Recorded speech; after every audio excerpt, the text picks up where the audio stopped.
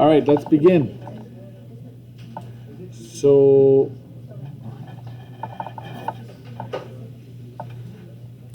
let's make sure to follow along. When Ryan turns 25, he decides to start a retirement plan. A bit too late, if you ask me. Ryan invests $10 per week, 4% interest compounded monthly for 5 years. How much will he have at the end of the 5 years? Can you use the compound interest formula? No, because you're making regular contributions, right? So it can't do it. So you have to use TVM solver. Should have done this already while you were writing, but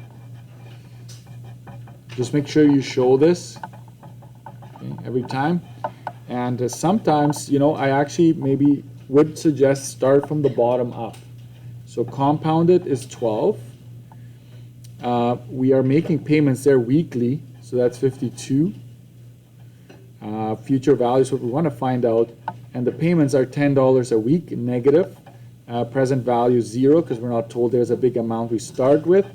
4% is our interest rate, and then in this case it's 5 years over times 52, right?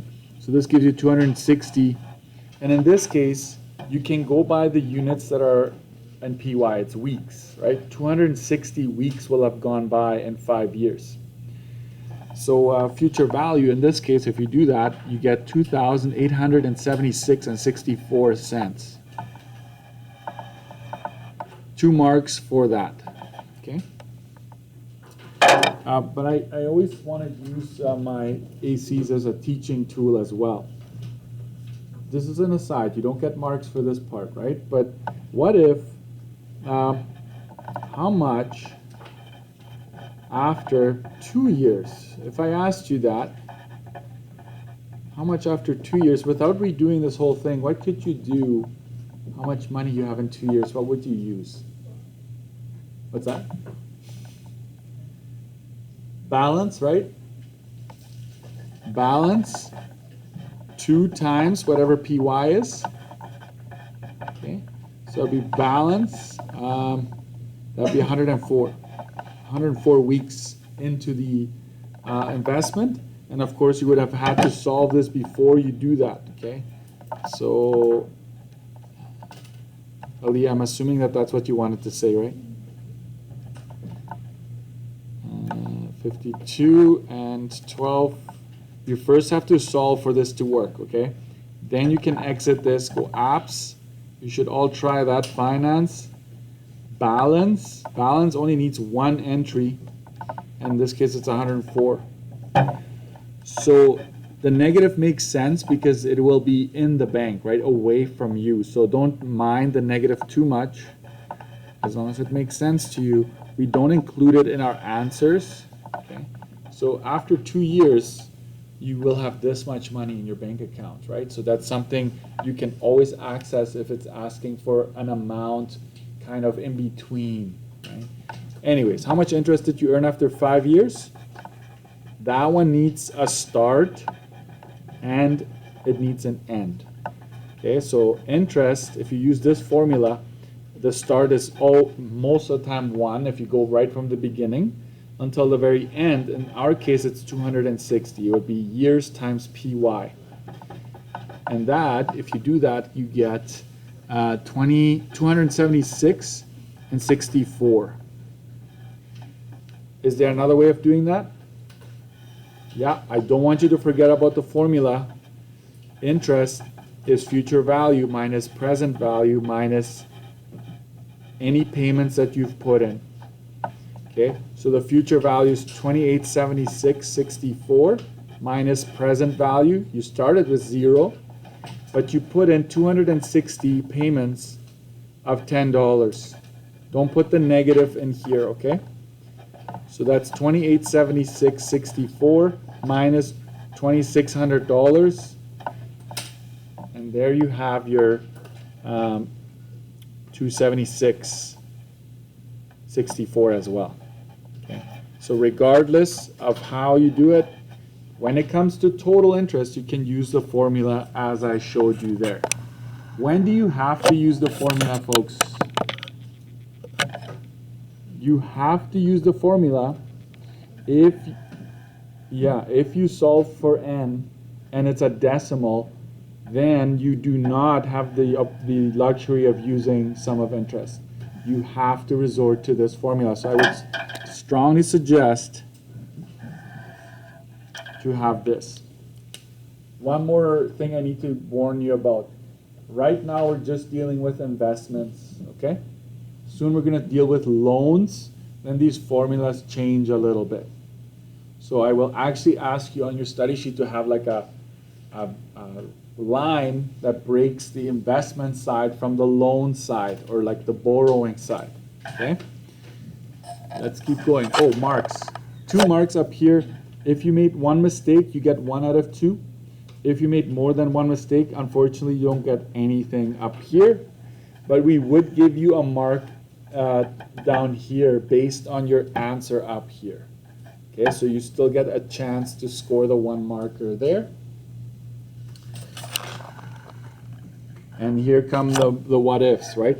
Ryan turns 30 at the end of the 5 years and withdraws the money accumulated in A. If he places the funds into a TFSA at a rate of 315 compounded quarterly, how much will he have when he retires at 65? So this is a bit of a loaded question here. And make sure you make corrections to this as long as you use a color or something that isn't a pencil, right? Or whatever you use to answer. So the compounding is quarterly. Are we making any payments or are we making any regular contributions? No. So PY is equal to CY. Okay. If you cannot find something for this, it's most likely the same as CY. Future value is what we're going to find out. There are no payments. The present value, we're going to go minus whatever we had, and this is where it will depend on if you got A wrong. Whatever you got in A, that's what I need to see here for you to get the marks here. Okay. And the interest rate is 3.15, and N from 30 to 35, to 30 to 65 is 35 years, and we multiply that by PY, I have 140, right? Quarters. If you think about it, quarterly, 140 quarters. If you do this, you get 8,226 and 20 cents. So if you put a dollar sign in front of that number and you circle it, you're like, this is the answer. I know some teachers would not like this right now. It's like, no, they need to have a statement. Technically, you don't. For the exam, you do not need a statement as long as you clearly answer the question. Okay?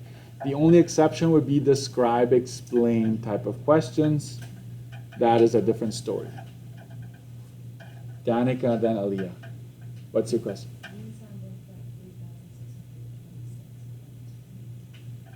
Conrad. Say that again. 8626. I actually have that too. I just didn't pay attention. My bad. Sorry about that.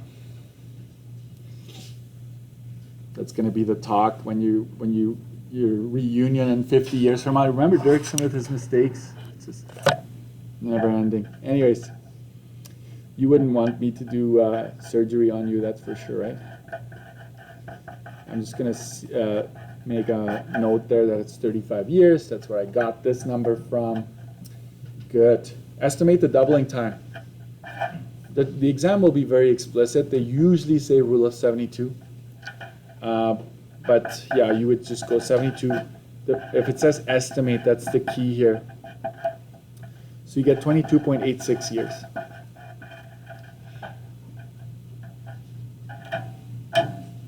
One mark. So 2 marks for here, right? And then 1 mark for the doubling time. So this page is worth 6. 6 marks for this page.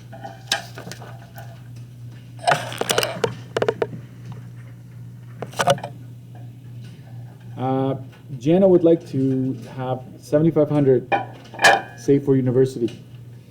He's going to work for 3 years to save up if he saves up the same amount each month, so you're making monthly contributions, right? Receives an interest rate, a lousy interest rate, that is 2.5% compounded monthly. How much will you need to save to reach this goal in 3 years? Just so you know, I am meeting with in 2 weeks from now with a financial advisor about a 7% interest account, TFSA.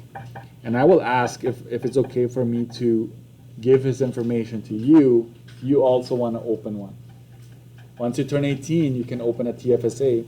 And we did the math yesterday with 7%. You know what 7% can do for you, right? So I will ask, and I'm sure he's going to be okay with it. Very nice older gentleman, so you better act quickly, because if he retires, then I don't know what's going to happen, right? You might have to look elsewhere. So 3 years times 12, because I know that there's 12 payments. So this is a little all over the place here. Compounded monthly, so these are the same. Future value, I would like to have $7,500. It should be positive, because at that point you'll be getting it from the bank. We are trying to figure out how much to put away, right? How much to put away every month. We are not told that we have a starting amount, a principal there, so 0, and the interest rate is 2.5. If you run this, you get $200.84. That should be negative on your screen. That's what you would expect. So we don't mark it wrong if you have the negative. So as long as you have a dollar sign, you're fine. Okay. So 2 marks for this. That's it. There should be 36 here. I don't know what they would do if you did that. I think you would still get the full marks. 3 times 12. I would just make sure, don't play with fire, just put it down. Okay. How much would you need to save each month? If you have the retirement savings goal of $1 million and you receive 6% interest compounded quarterly, given that you plan to retire in 15 years. So we'll do that one for 15 years. And this is kind of designed to get you to see the difference. Okay, so the first one, you've got 15 years, and this is monthly, right? We're doing monthly payments, compounded quarterly. And $1 million is what we want to have in the future, so 6 zeros. We want to know how much to put away. And the present value, we have nothing. The interest is 6, so this is 60 here. No, sorry, 180. 180. So we calculate the payment, and we would have to put away $3,447.30 every month to get that, to get the $1 million. So this is what I'm trying to get you to see here, is if you wait too long, it's like, oh shoot, I only have 15 years left, I need to retire and I want to have $1 million. You're going to have to put a lot of money away, right? A lot of money from you away. What you want is a little of you, a lot of the banks. That's what you want to do, and that's time does that for you. Okay, so B, N, I, P, V, P, M, T. Okay. 30 years, so this changes to 30 times 12. That is 360. Interest rate is the same. Present value is the same. Payment, we'll figure it out. Still $1 million. PY is 12, and it's still quarterly. So the only thing that changes was that there. The payment there is $1,001.18. Look at that. Like, it's literally almost more, like you would have to pay more than 3 times as much a month if you compare it to 1,000, right, to get the same result. Just by starting a little sooner, right? You're starting, well, a little sooner, 30 years sooner, but again, you only put 1,000 a month away, you still have $1 million. So now imagine if you start like right now when you're 18, you're laughing. You're probably putting a couple $100 away a month, right? That's that. Why only 1 mark, Mr. Dirksen? Because you're only changing this. Okay, that's why. That's usually how the province does it as well. If you only have to change one thing, and that is this, then it's only 1 mark within the same question. C, explain why the payment in B is less than half of the payment in A. If you get something like this, just say this is due to exponential growth.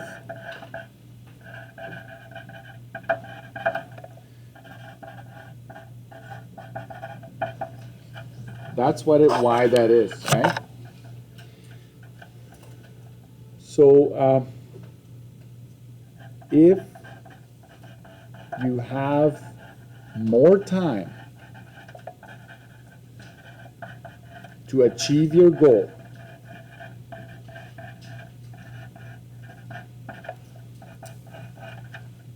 you need a lot less of your money being contributed.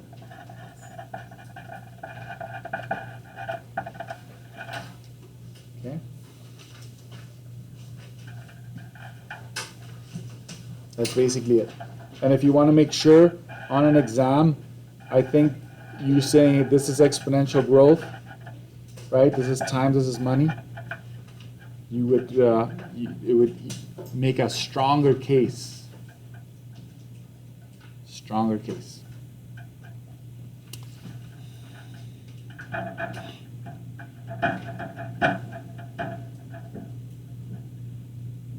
And I want to make an even stronger case. So how many marks? We'll give you 1 mark for this explanation. It should have exponential growth.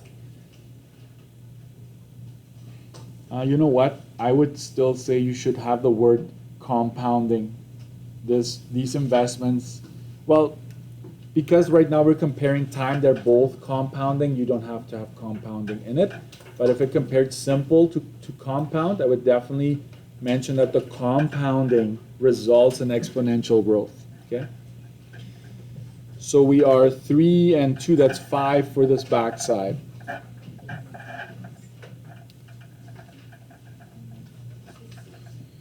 Six, as I was saying. You should all come back next year so that I don't make the same mistakes. 6 and 6, that's 12. Name and last name on there.